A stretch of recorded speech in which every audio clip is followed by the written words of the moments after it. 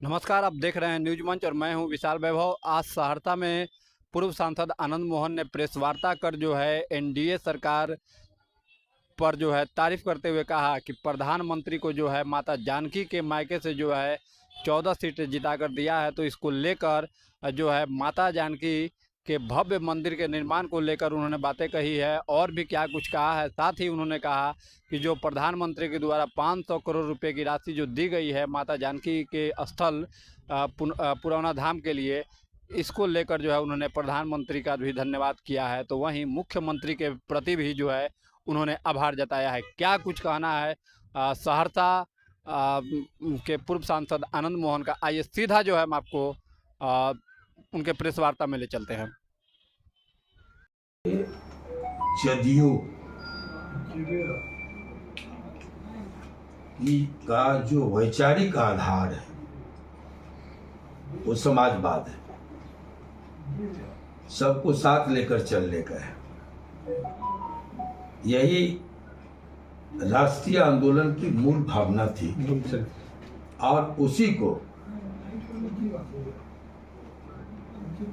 समाजवादी पार्टियां अपना वैचारिक आधार और पार्टी का चरित्र बनाया। जदयू भी समाजवादी विचारधारा की एक पार्टी है जिसमें ये हिंदू मुसलमान जात पात की कोई जगह नहीं है। व्यक्तिगत तौर पर जितना मैं जानता हूं देवेश चंद्र ठाकुर जी को, मैं जानता हूं कि वो बहुत ही व्यावहारिक लोग हैं, मृदुभाषी लोग हैं, मिलनसार लोग हैं और उनका जो कैरेक्टर जितना मैं जान रहा हूँ और जितना क्षेत्र के लोग जानते हैं, उनके बयान से बिल्कुल उलट।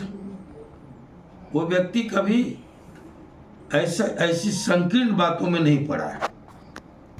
संभव है कि जो अपेक्षा उनकी थी, जो मुसलमानों के लिए 107 योजनाएं नीतीश कुमार जी ने लाई और जिसको जमीन पर लागू किया, मैं समझता हूं कि भारत के आज़ादी के बाद का जो इतिहास है या पूर्व का जो है शासकों का इतिहास, किसी ने भी अल्पसंख्यक और खासकर मुस्लिम समुदाय के लिए इतने कार्य नहीं किए होंगे।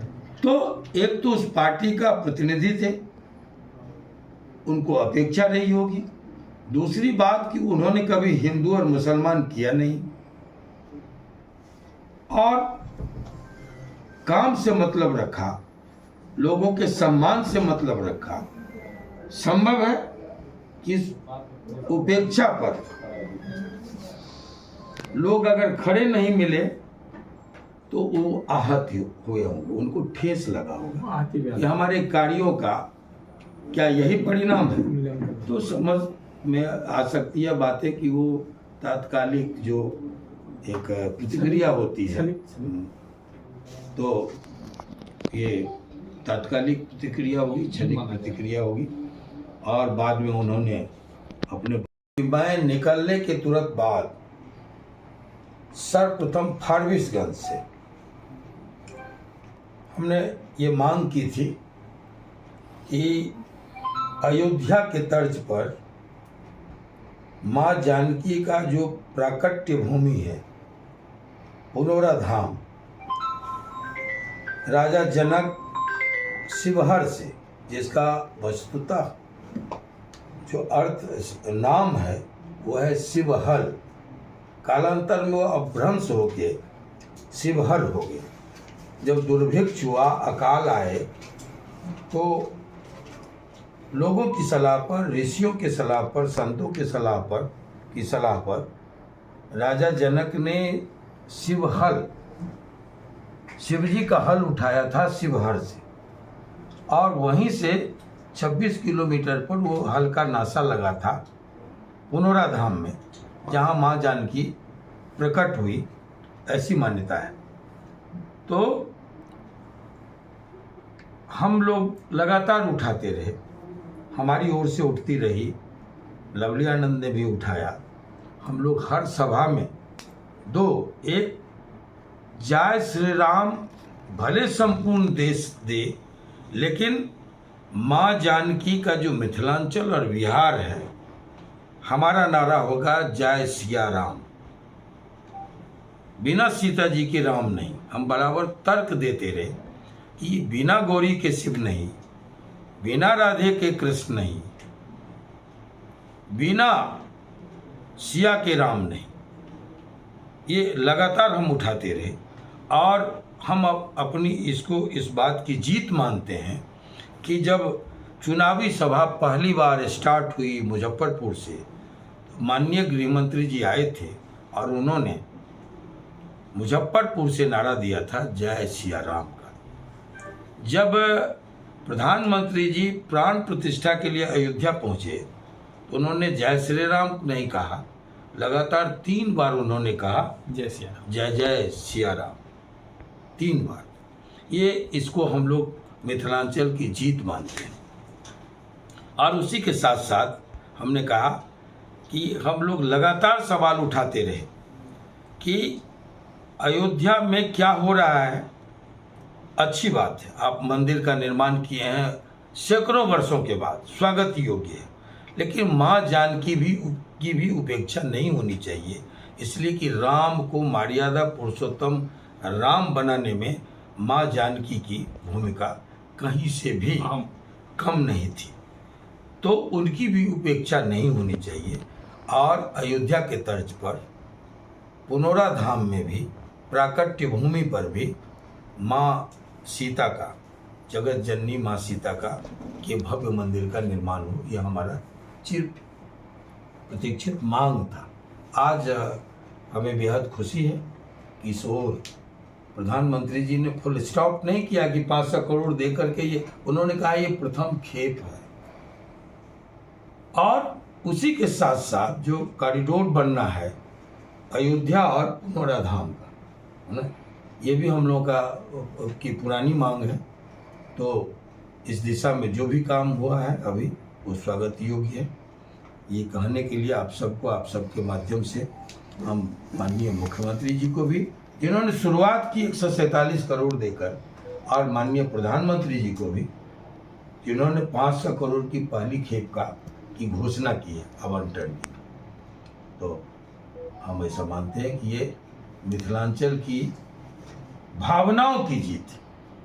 एक बात और हमने कहा था निकलने के साथ कि अयोध्या में क्या हुआ वो यूपी वाले जाने, एनडीए के अन्य शीर्ष नेता लोग जाने, लेकिन आप देखिए जो तिरहुत है, जिसको कहा जाता है मिथिलांचल का मूल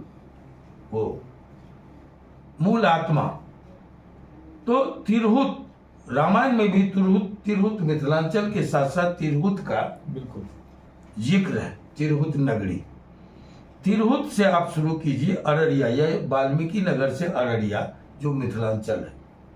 आप देखिए, हमने ये सवाल दिल्ली में प्रेस के सामने उठाया था कि वाल्मीकि नगर 1, बेतिया 2, पूर्वी चंपारण यानी मोतिहारी 3, शिवहर 4, सीतामढ़ी 5, दरभंगा 6, मधुबनी 7, उसके बाद आपको मधुबनी झंझारपुर 8, सुपौल 9, मधेपुरा 10, अररिया 11, खगड़िया 12, बेगूसराय 13, समस्तीपुर 14। ये जितनी सीटें हैं मिथिलांचल की, वो एक तरफा एनडीए को गई है। और ऐसे में जो नैयर है, जो मिथिलांचल है मूल, और जो माँ जानकी की नैयर है, वहाँ की एक सीट एनडीए को गई है। और ये सवाल करते हुए हमने डिमांड किया था दिल्ली में प्रेस से कि निश्चित तौर पर इस सब के मद्देनजर माँ जानकी की और उपेक्षा नहीं हो, मिथिलांचल वासियों की इस डिमांड पर गौर करना चाहिए। माँ सीता की कृपा से माँ जानकी की नैहर की सभी सीटें एनडीए को गई है, इसको भी माने दृष्टि में रखते हुए और इस हम लोगों की जो मांग है, मिथिलांचल वासियों की जो भावना है, उसके अनुरूप मंदिर निर्माण में तेजी लाई जाए। तो ये जो घोषणा हुई उसका हम फिर से एक बार आपके माध्यम से स्वागत करते हैं। विकास की बात कही थी, जय सिया राम का नारा भी लगा था, उसको लेके आगे आप लोगों का क्या प्लान है, क्या कहेंगे? देखिए सर, प्रथम मैं माननीय मुख्यमंत्री जी को और देश के माननीय प्रधानमंत्री जी को, दोनों को धन्यवाद ज्ञापित करूंगा कि एक ने शुरुआत की, बिहार के माननीय मुख्यमंत्री जी नीतीश कुमार जी ने 147 करोड़ रुपया पुनौरा धाम में मां जानकी के मंदिर निर्माण और तालाबों का जीर्णोद्धार, सौंदर्यीकरण इस मामले में दिया, जिसका शिलापट भी लग गया। और अब दूसरी बार माननीय प्रधानमंत्री जी ने 500 करोड़ की पहली खेप मंदिर निर्माण के लिए उन्होंने भेजा है, जिसका हम स्वागत करते हैं और उनको इसके लिए संपूर्ण मिथिलांचल, शिवहर सीतामढ़ी संसदीय क्षेत्र की महान जनता के अलावा संपूर्ण मिथिलांचल की ओर से साधुवाद देते हैं।